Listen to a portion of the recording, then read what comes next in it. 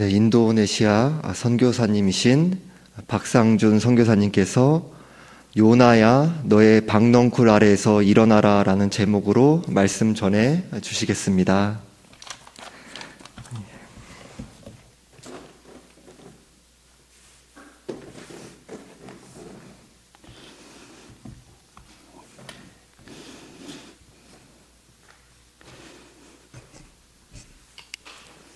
기도하겠습니다. 하나님 아버지, 송내중앙교회에 다시 오게 하시고 귀하신 성도님들과 함께 예배하며 말씀을 나눌 수 있도록 은혜 베풀어 주심을 감사합니다. 주께서 이 시간 함께하여 주옵소서. 예수님의 이름으로 감사하며 기도드립니다. 아멘.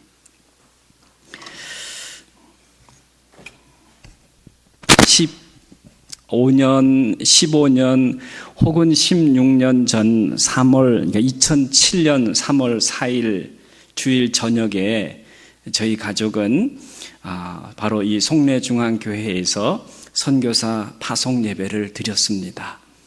참으로 감격스러웠던 그날의 모습이 지금도 눈에 선합니다. 당시 초등학교 4학년과 5학년이었던 저희 두 아들은 어느새 대학교 4학년이 되어서 이제 졸업을 앞두고 있습니다. 그리고 제가 합동신학교 다닐 때 송내중앙교회를 섬겼는데 그때 함께 신앙생활 했던 분들이 여기저기에 눈에 띕니다. 너무 반갑고 또 가슴이 마음이 뭉클합니다. 사실 저는 지금 한국이 아니라 인도네시아에 있어야 합니다. 지난 11월 3일에 인도네시아로 돌아가려고 준비를 거의 다 한 상태에서 다쳤어요. 다시 무릎을 다쳐서 바로 그 다음날 비행기를 타고 가야 되는데 탈 수가 없었습니다. 사람이 마음으로 자기의 길을 계획할지라도 그 걸음을 인도하시는 분은 누구시라 그랬죠? 여호와시라 그러셨죠. 그런 잠언의 말씀이 하나도 틀림이 없었습니다. 저와 제 아내는 지난 9월 하순에 한국에 잠시 들어왔습니다. 2년 만에요. 제가 지난 여름 인도네시아에서 넘어지면서 무릎을 다쳤는데 그것을 치료하기 위해서 들어온 것이었습니다. 그래서 어느 정도 치료가 되어 가지고 예정대로 11월 3일에 출국을 하려고 짐을 거의 다 쌌습니다. 조금만 냉장고에 있던 음식들 조금만 넣어가지고 가면 되는 그리고 하룻밤만 더 자면 공항으로 가야 하는 그런 시점에서 다친 곳을 또 다치게 된 거예요.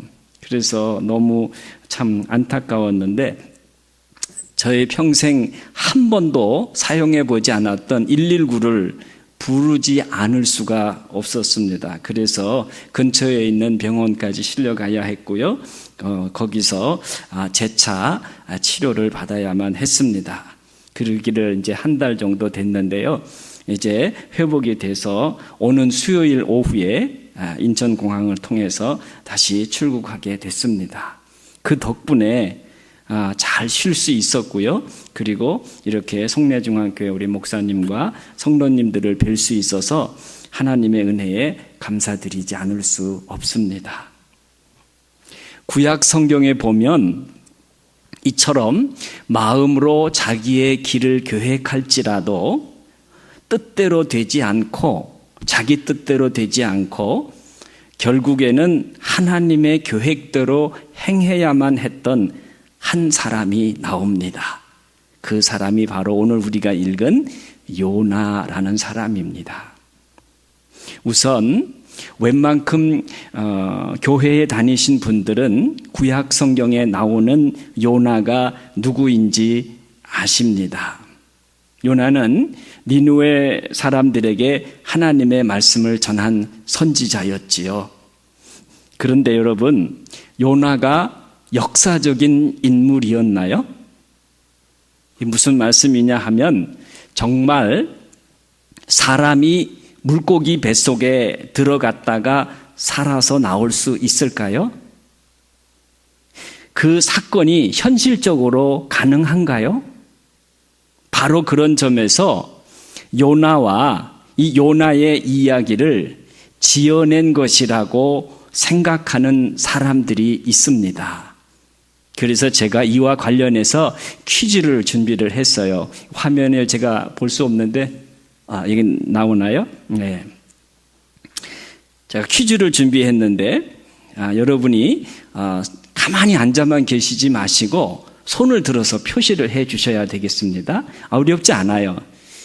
첫 번째는 신약 성경에 요나라는 말이 나옵니까? 나온다고 생각하신 분 한번 손 한번 들어주세요. 두 분 정도, 세 분, 네 분 정도, 거의 한 절반 이상은 요나가 신약 성경에 나오지 않는다 그랬고요. 두 번째로 구약 성경에 요나서가 있는데 요나서 이외에 창세기라든가 시편, 혹은 역대기 이런 구약 성경 많이 있잖아요. 그런 구약 성경 중에 요나의 이야기가 언급되어 있다. 손 들어주세요. 한 분, 두 분, 세 분, 네 분 정도, 다섯 분 정도. 정답을 같이 한번 살펴보도록 하겠습니다. 자, 첫 번째로 신약 성경에 요나 이야기가 나올까요? 나옵니다. 어디에 나오냐면은 마태복음 12장 40절에 보면 예수님께서 자신의 부활에 대해 말씀하실 때 요나 이야기를 하셨습니다. 요나가 물고기 뱃속에 3일 동안 들어갔던 것처럼 예수님 당신도 밤낮 사흘 동안 땅 속에 계실 것이다. 그렇게 말씀하셨지요. 네. 예수님의 그 말씀을 여러분 믿으십니까? 한 분만 아멘 하시고 다른 분들은 입을 꼭 마스크를 쓰고 계시니까 속으로 아멘 하셨는지 모르겠습니다만 예수님의 말씀을 믿으십니까? 네, 믿으십니다. 저도 믿습니다. 그렇다면 요나가 분명히 물고기 뱃속에 들어갔다 나온 사람이라는 것을 우리는 확신할 수 있습니다. 두 번째, 구약 성경 요나서 이외에도 요나에 대해 나올까요? 정답은 나옵니다. 나와요. 바로 열왕기하 14장 25절에 보면 요나는 가드 헤벨 사람 아미떼의 아들로서 이스라엘 왕 여로보암 2세에게 하나님의 말씀을 전한 선지자, 그렇게 기록되어 있습니다. 그러니까 요나서 말고도 열왕기서에 요나에 대한 이야기가 나온다는 얘기입니다. 역사적인 인물이라는 거죠. 결국 요나는 결코 지어낸 사람이 아니다라는 사실입니다. 그런데 여러분, 요나가 어떻게 하다가 물고기 뱃속에 들어갔지요? 요나서 1장 2절에 보면 하나님께서 요나에게 어떤 말씀을 하셨습니다. 우리 한번 같이 읽어볼까요? 시작. 너는 일어나 저 큰 성읍 니느웨로 가서 그것을 향하여 외치라. 그 악독이 내 앞에 상달되었음이니라 하시니라. 예. 자, 이 하나님의 말씀에 요나가 순종했나요? 순종하지 않았나요? 순종하지 않았습니다.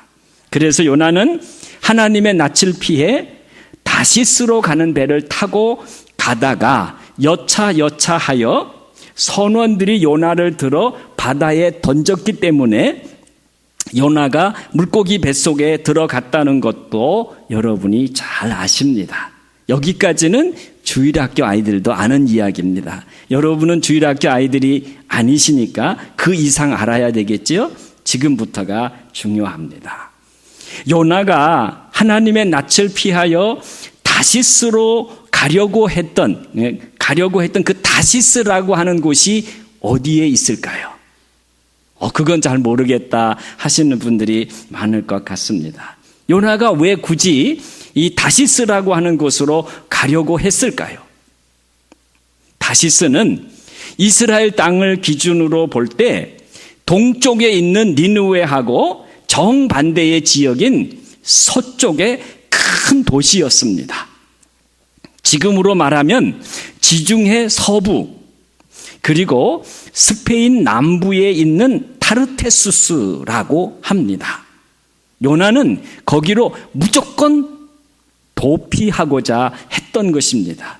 거기에 가면 하나님과 상관없이 살 수 있을 것이라고 생각했던 것이지요. 성도 여러분, 이 다시스가 구약 성경에 나오는 요나에게만 있는 것이 아닙니다. 저와 여러분에게도 다시스가 있어요.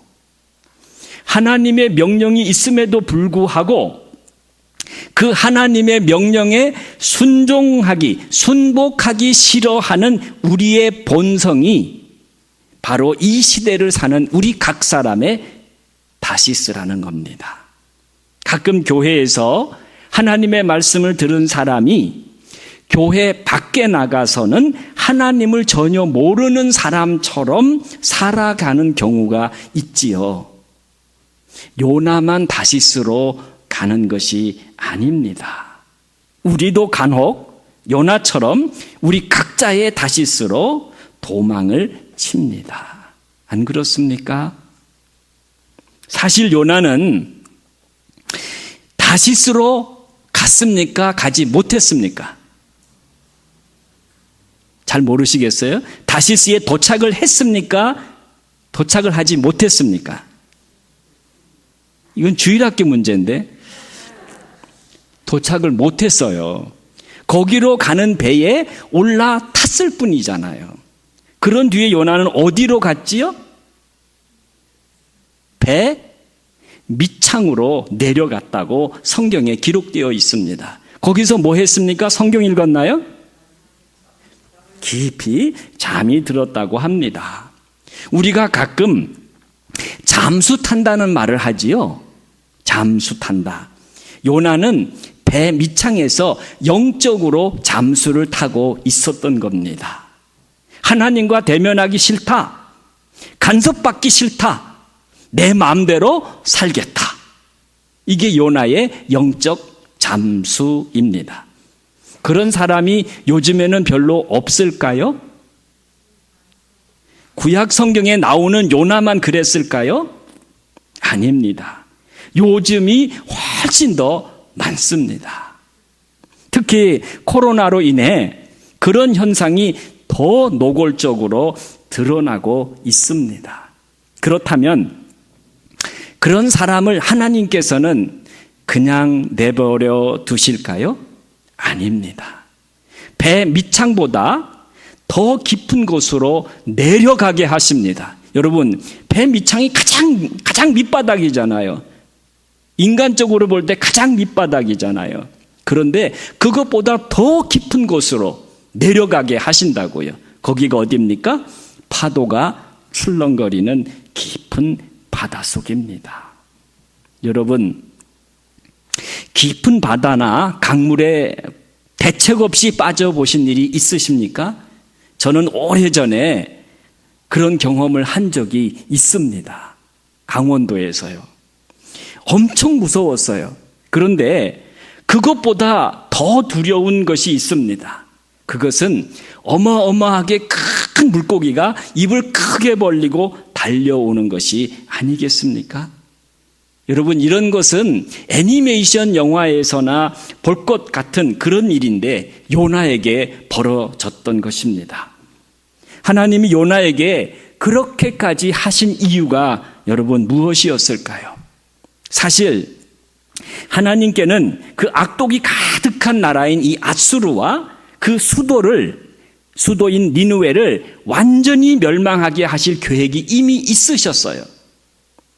그래서 요나를 보내서 그 사실을 니느웨 사람들에게 알리라고 하는 명령을 내리신 것이 아니겠습니까?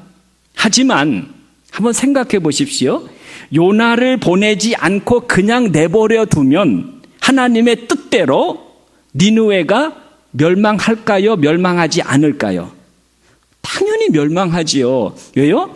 하나님이 그렇게 계획하셨고 이미 악독이 가득한 나라였으니까요. 그런데 굳이 요나에게 가서 그 사실을 알리라고 하신 이유가 무엇이었을까요? 그것은 우리 하나님은 죄악으로 인해 완전히 멸망하게 될지라도 그들이 뭐 할 기회를 반드시 주시는 분이시다. 뭘까요? 맞아요.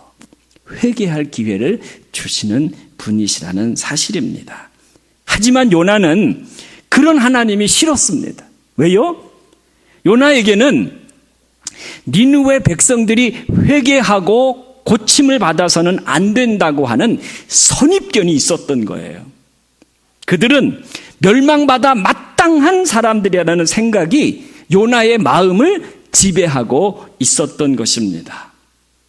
여러분, 이런 요나가 지금 우리 주변에도 존재한다는 것을 아십니까? 인정하십니까? 제가 인도네시아에서 섬기는 교회는 오순절 교회의 한 교회인데요. 그 이야기를 잠시 하려고 합니다. 여러분 사진에서 보시듯이 이 교회는 예배 순서가 아주 단순해요. 찬양하고요. 찬양을 한 20분 정도 합니다. 그리고 기도하고 설교, 광고, 그리고 축도. 사도신경이니 교동문이니 대표기도니 이런 게 없어요. 대표기도는 그 찬양 인도하는 사람이 잠깐 하는 것으로 끝납니다. 그리고 광고하는 사람이 앞에 나와서 광고를 한 후에 기도를 해요. 예배 끝날 때. 근데 그 회중과 목회자, 특히 그날 설교하신 분을 위해서 기도를 합니다. 그리고 마지막으로 나라와 민족을 위해서 기도를 합니다. 인도네시아의 대통령은 당연히 이슬람 사람입니다. 왜냐하면 이슬람 인구가 88%이기 때문에 아무리 대통령이 기독교인 가운데 괜찮은 사람이 있다 할지라도 대통령이 될 수가 없습니다. 인도네시아의 상황이 그렇습니다. 어쨌든 기독교인이 아닌 대통령이지만 인도네시아의 대통령을 위해서도 기도합니다. 잘하는 거죠. 그런데 거기서 조금만 더 나가면 좋을 텐데 그러지를 못합니다. 인도네시아 인구가 2억 7천만 명이에요. 그런데 아까도 말씀드렸지만은 그중에 80%를 웃도는 인도네시아 무슬림들을 위해서, 그들의 구원을 위해서 거의 기도하지 않는다는 겁니다. 인도네시아 이외에 다른 나라 선교를 위해서도 거의 기도하지 않습니다. 주로 자신들이 사는 나라의 안위만을 위해서 기도하는 것으로 끝납니다. 이런 교회라고 한다면 요나와 같은 교회라고 하는 별명을 붙여줄 수도 있지 않을까요? 몇 해 전입니다. 어느 성탄절 무렵에 저는 인도네시아 교회의 한 목회자에게 이런 제안을 한 적이 있습니다. 부인과 자녀는 교회에 나오지만 집안의 가장인 남편이나 아버지가 교회에 나오지 않는 이름뿐인 기독교인이 있지 않느냐. 그리고 주변에 가깝게 친구처럼 지내는 무슬림들이 있지 않느냐. 그분들을 성탄절에 교회에 초청해서 선물도 주고 복음도 전하면 어떻겠느냐. 그럴듯한 제안이잖아요. 그런데 그 목회자는 정중하게 거절을 하더라고요. 그 이유가 뭐냐 했더니 그렇게 했다가는 자칫 교회가 이슬람 사람들에게 공격의 대상이 될 수도 있다는 거예요. 왜 이슬람 사람들을 교회에 데리고 갔느냐는 말을 듣게 된다는 겁니다. 그게 두렵고 또 번거로운 일이 될 수 있으니까 그런 사역은 가급적 하지 말자는 것이 그분의 논지였습니다. 바로 이 시대의 요나 목사, 요나 전도사라고 말할 수 있을 것입니다. 인도네시아 사람들은 대체로 인간관계가 아주 좋습니다. 그런데 서로 종교가 다른 경우에는 이 종교 문제와 관련해서는 피차 건드리지 말자. 이것이 인도네시아 사람들의 기본적인 자세입니다. 그렇기 때문에 이슬람교 사람들도 아주 철저하게 자기 쪽의 사람들이 교회로 가는 것이나 아니면 기독교인이 되는 것을 금기시해요. 무슬림들은 자신들의 종교인 이 이슬람교를 버리고 다른 종교를 취하는 자는 지옥에 간다고 가르치고 있어요. 그렇기 때문에 기독교인이 되는 것을 몹시 꺼려합니다. 지옥에 갈까 봐. 전혀 우리하고는 상상적으로 이해가 안 되는 그런 가르침이 인도네시아 무슬림들 가운데 있습니다. 이런 인도네시아에서 무슬림 전도가 결코 쉽지 않습니다. 자, 하지만 쉽지 않으니까 하지 말아야 합니까? 저는 수년째, 번초선 7년 넘게 된 것 같아요. 시골에서 방과 후 마을 사역을 하고 있습니다. 거기에도 아까 우리 동영상에서 보셨던 것처럼 요나의 장벽이 굳게 쳐져 있습니다. 외국인인 제가 도시가 아니라 시골에 들어가서 아이들에게 무엇인가를 가르치면서 그들을 섬기는 것이 아무리 그들이 못 배운 사람들이라 할지라도 쉽게 이해되지 않는 일입니다. 하루는 그 마을에 이슬람 종교 지도자가 긴급 마을 회의를 열었어요. 그래서 저희가 아이들에게 영어를 가르치는 일을 하지 못하게 하는 문서를 만들어 가지고 마을 대표 이름으로 저에게 가지고 왔더라고요. 그러니까 법적으로 제한을 한다는 거죠. 물론 마을 전체의 의견은 아니었어요. 약 90가구 정도 되는데 12가구만이 참석해서 땅땅땅 해가지고 결정을 한 것이기 때문에 사실상 과반수도 안 되는 아주 경미한 결정이었던 것입니다. 하지만 결정은 결정인 만큼 그 결정대로 그 마을에서는 더 이상 영어를 가르치지 않게 됐습니다. 하지만 그 대신 그 마을의 기독교인 청소년들을 모아서 예배를 드리는 사역을 지금까지 할 수 있도록 하나님께서 인도해 주셨습니다. 할렐루야.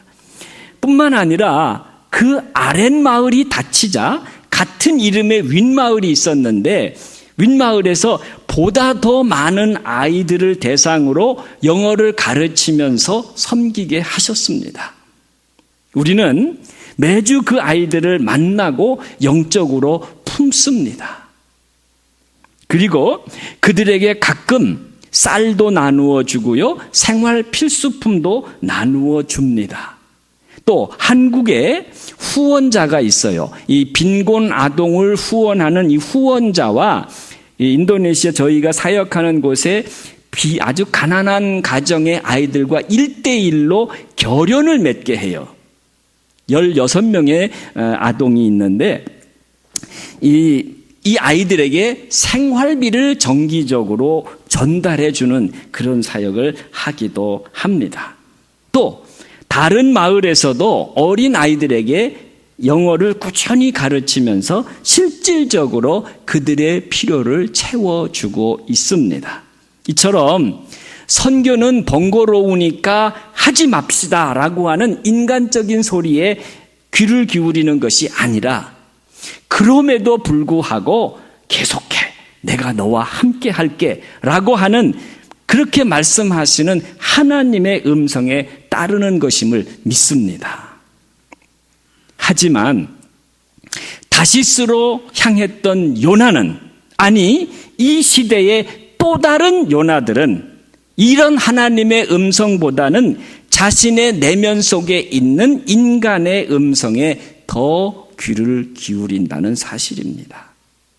혹시 여러분 주위에 그런 요나와 같은 사람 있지 않습니까? 아니, 저와 여러분 자신이 혹시 그런 요나와 같은 사람은 아닙니까? 두 번째로, 여러분 생각에 요나가 물고기 뱃속에 있을 때 하나님께 회개 기도를 했다고 생각하십니까? 하지 않았다고 생각하십니까? 이거 퀴즈입니다. 오늘 퀴즈 2개밖에 없는데 요 퀴즈도 여러분 한번 손을 들어서 표시해 주시기 바랍니다. 요나가 물고기 뱃속에서 회개했다. 손 들어주세요. 별로 손 드시는 분이 없는데, 그러면 회개하지 않았다. 손 들어주세요. 한 분. 나 모르겠다. 네. 당연한 거 아니겠어요? 요나가 회개했으니까 마침내 니느웨로 가서 복음을 전한 것이 아니겠느냐라고 생각하시는 분들이 많으실 것 같습니다. 사실 저도 이번에 요나서를 깊이 묵상하기 전까지 그렇게 알고 있었으니까요. 그런데 그렇다면 요나가 니느웨 백성들에게 하나님의 말씀을 전한 후에 왜 하나님께 성을 냈을까요? 요나서 4장 1절에 보면 요나가 매우 싫어하고 성을 냈다. 그렇게 기록하고 있습니다. 자, 다시 한번요. 요나가 물고기 뱃속에서 회개했다. 그리고 니느웨에 가서 하나님의 말씀을 전했다. 그리고 요나가 기뻐했다. 감사했다. 그래야 되는 것 아니겠어요? 그런데 성경은 어떻게 말하고 있습니까? 요나가 하나님께 성을 냈다. 화를 냈다. 뭔가 좀 수상하지 않습니까? 사실 요나서 2장은 요나가 물고기 뱃속에서 하나님께 기도를 드리는 내용을 담고 있습니다마는 안타깝게도 요나 자신의 불순종에 대해서 회개한다는 말은 한마디도 없습니다. 자신을 죽지 않게 하시고 살아있게 하신 것에 대하여 하나님께 감사 기도를 드리고 있을 뿐이에요.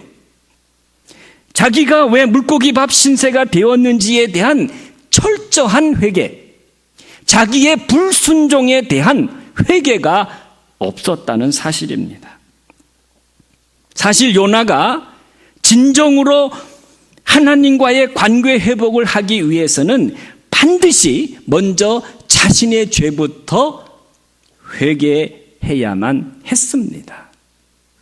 그렇지 않고 아무런 회개 없이 감사 기도만 드린다면 그것은 신앙적으로 또 하나의 위선이 될 수 있습니다. 그런 사람이 또다시 하나님의 명령을 듣고 마침내 니느웨로 가서 복음을 전했다. 물론 하나님의 말씀을 전했습니다. 하지만 요나의 마음이 근본적으로 뒤바뀐 것은 아니었어요. 실은 마지못해 간 것이나 다름없습니다. 거기서 하나님이 시키시는 대로 얼마요? 40일이 지나면 니느웨가 무너지리라. 그렇게 하루 종일 다니면서 말씀을 외쳤습니다. 하지만 뭐가 없었는지 아세요? 먼저 회개하라고 하는 그런 말은 요나의 입에서 나오지 않았습니다. 여러분, 우리 예수님이 공생의 사역 초기에 사람들에게 천국이 가까웠느니라 라는 말씀을 전하셨지요. 근데 이 천국이 가까웠느니라는 그 말씀을 하기 전에 4글자로 무슨 말씀을 먼저 하셨죠? 회개하라 그랬어요. 회개하라, 천국이 가까웠느니라. 복음을 받아들이려면 회개를 해야 돼요. 그게 진짜 구원의 역사가 일어나는 거예요.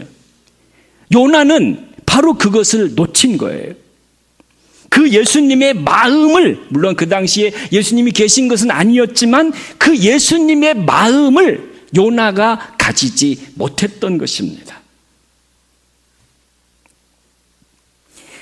회개를 통하여 죄사함을 받게 하고자 하는 우리 하나님의 마음이 요나의 마음속에 없었다는 겁니다. 그 이유가 뭘까요? 죄를 지은 요나 자신이 진심으로 회개하지 않았기 때문입니다. 어디서요? 물고기 뱃속에서. 죽음의 자리까지 갔음에도 불구하고 이 요나가 자신의 죄를 회개하지 않았던 이유가 뭘까요? 그것은 요나의 마음을 사로잡고 있었던 그의 잘난 선입견 때문이었습니다. 선입견. 참 무섭습니다. 바로 그 선입견 때문에 요나는 하나님의 일을 하고도 하나님께 성을 낸 것입니다. 요나가 하나님이 어떤 분이신지 몰라서 성을 낸 것이 아닙니다. 요나서 4장 2절 하반절에 보면 요나는 이렇게 말합니다. 하나님이 은혜로우시고 자비로우시며 노하기를 더디하시며 인애가 크시다. 그런 분이라는 걸 요나가 알고 있었다고요. 하지만 알고는 있었지만 그런 하나님의 성품이 요나의 마음속에 들어있지 않았던 것입니다. 하나님을 믿는다고 하지만 사실은 자신의 고정관념, 자신의 철학을 하나님보다 더 견고하게 믿는 사람이었던 것입니다. 그런 사람들은 요나처럼 깊은 바다에 풍덩 빠져도, 아니 집채만한 큰 물고기가 자기를 꿀꺽 삼켜버리는 어마무시한 일을 당한다 할지라도 여전히 자기 주관대로 살아갑니다. 그게 선입견이 강한 사람들의 특징입니다. 왜요? 자신의 선입견이 하나님의 마음보다 훨씬 더 크고 강하기 때문입니다. 요나서 4장 8절과 9절에 보면 요나가 하나님께 또다시 성을 내요. 두 번째로. 요나가 왜 또 성을 냅니까? 그것은 박농쿨 때문이었어요. 박농쿨 자체는 아무 문제가 없었습니다. 하지만 하루아침에 벌레가 그 박농쿨을 갉아먹자 뜨거운 동풍에 견디지 못한 요나가 성을 낸 거지요. 인간적으로 이해가 됩니다. 그런데 누가 요나를 위해 박농쿨이 자라게 하셨지요? 하나님이 그러셨습니다. 그렇다면 누가 박농쿨을 갉아먹으라고 벌레를 준비하셨지요? 마귀인가요? 그것도 하나님이 그러셨어요. 둘 다 하나님이 하신 일인데 왜 한 가지 일에는 기뻐하고 또 다른 한 가지 일에는 성을 냅니까? 그것은 자기 입장에서 볼 때 옳지 않다고 생각한 거예요. 자기 주관이 하나님보다 앞서 있었던 것입니다. 그런 사람은 모든 것의 기준이 자기 자신에게 달려 있어요.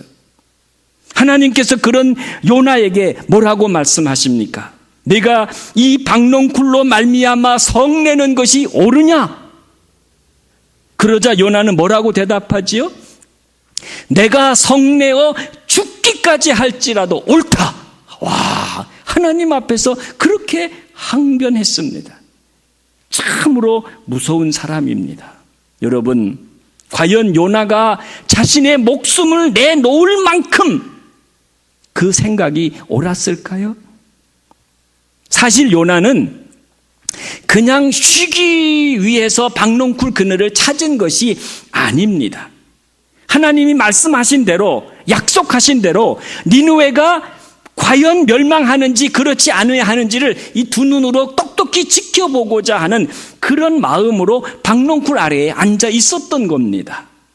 하지만 상황은 어땠습니까? 이미 니느웨 백성들은 하나님을 믿고 회개와 금식을 하고 있는 상황이었어요. 그리고 하나님께서는 그런 그들을 보시고 이미 그들을 용서하시기로 뜻을 돌이킨 상태였습니다.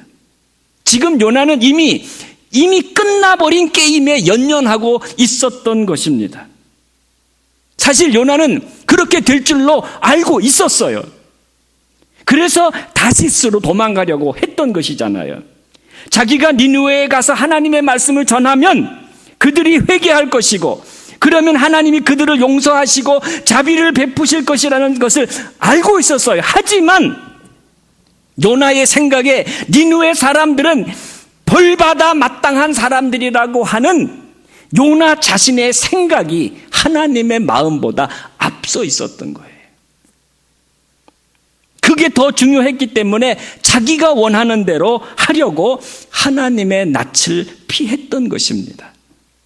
그런 자신을 반강제로 니느웨에 다시 데려다 놓으시니까 요나는 하나님이 하라는 명령대로 니느웨가 무너지리라, 40일이 지나면 무너지리라고 외쳤지만, 그러나 하나님께 대하여 끝나고 난 뒤에 성을 낼 수밖에 없었던 거예요. 그들이 회개하니까. 여러분, 하나님에 대해 알고 있지만 진정한 회개 없이 하나님과 그저 형식적인 관계만을 유지하고 있는 사람이 누구인지 아십니까? 자신의 인생 경험을 하나님의 말씀보다 더 굳게 신뢰하면서 여전히 자신만의 박넝쿨 아래에 앉아 있는 사람이 누구인지 아십니까? 그 사람에게 하나님께서 뭐라고 말씀하십니까? 여호와께서 이르시되 내가 수고도 아니하였고 재배도 아니하였고 하룻밤에 났다가 하룻밤에 말라버린 이 박넝쿨을 아꼈거든. 하물며 이 큰 성읍 니느웨에는 좌우를 분별하지 못하는 자가 12만여 명이요 가축도 많이 있나니 내가 어찌 아끼지 아니하랴. 하나님의 말씀입니다. 여러분, 지금 우리 하나님의 마음이 어디로, 누구에게로 향하고 있는지 보이십니까? 이 말씀 가운데서 요나의 마음은 단지 박넝쿨이 말라 없어진 것 때문에 그 식물을 아까워하는 자리에 머물러 있었어요. 그러나 우리 하나님의 마음은 어디로 향하고 있었느냐 하면 12만여 명이나 되는 니느웨 사람들을 향하고 있었다는 겁니다. 여기서 아낀다, 내가 그 영혼들을 아낀다라는 말을 인도네시아 성경에서는 사양이라는 말로 번역하고 있어요. 그 뜻은 사랑하고 존중히 여긴다 혹은 불쌍히 여긴다는 그런 단어입니다.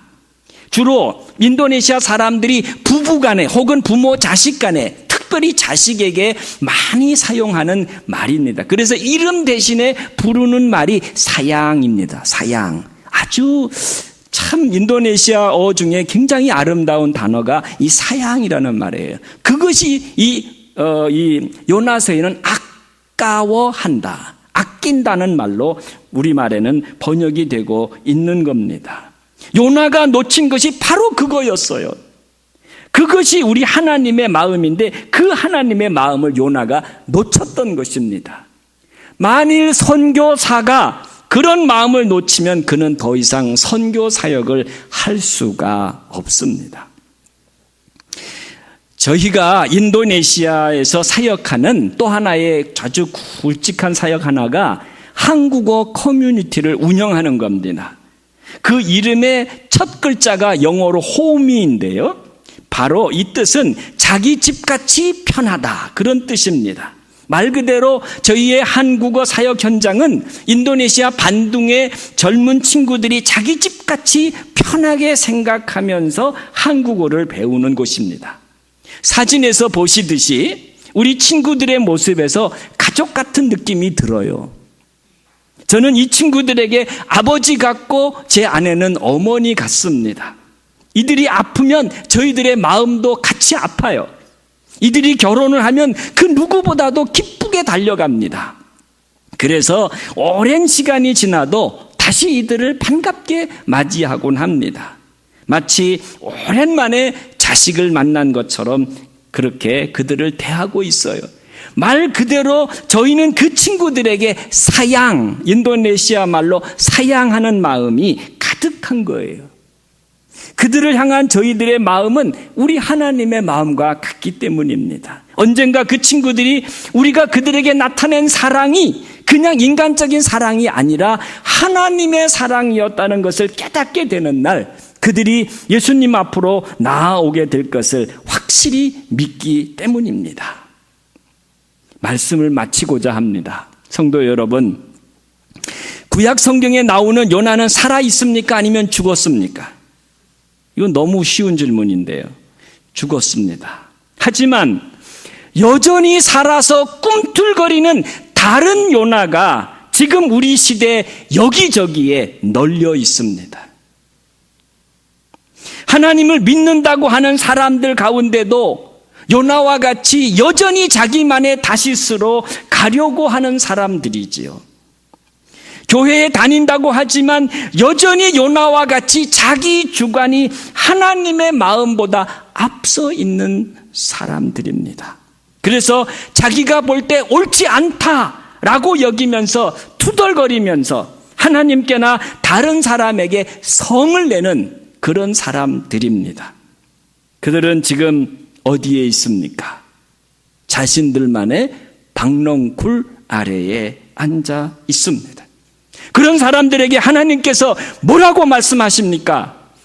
요나야, 너의 박넝쿨 아래에서 일어나라. 오늘 말씀의 제목입니다. 우리는 이제 거듭난 요나로 살아가야 합니다. 하나님의 마음이 내 마음에 들지 않아도 그분의 마음을 따라 살아가겠노라고 결심해야 합니다. 나의 박넝쿨보다 12만여 명의 영혼을 더 안타까워하며 사랑하시는 그 하나님의 마음을 우리가 품어야 합니다. 그 하나님의 영혼 사랑하는 마음을 따라서 살아가야 합니다. 그것이 바로 선교입니다. 선교는 단지 저 멀리 다른 나라에 가서 그곳 사람들에게 복음을 전하는 것이라고 하는 고정관념에서 여러분 벗어나셔야 합니다. 지금 여기 한국 땅에서도 하나님의 사랑이 절실히 필요한 한 사람에게 다가가십시오. 한 사람. 그것이 바로 여러분이 해야 할 선교입니다.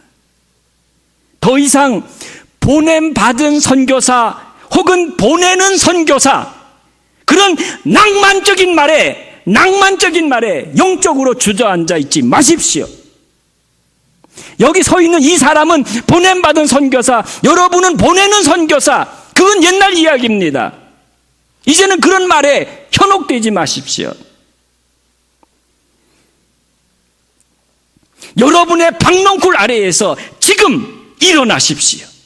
그리고 여러분만의 니느웨로 당당히 나아가십시오. 하나님의 마음이 향하고 있는 그곳, 그 사람에게 여러분이 다가가시라고요. 그 사람이 바로 여러분 각자의 니느웨입니다. 그 발걸음이 여러분 각 사람에게 있다고 한다면 여러분도 저와 같이 한 사람의 선교사입니다. 믿으십니까?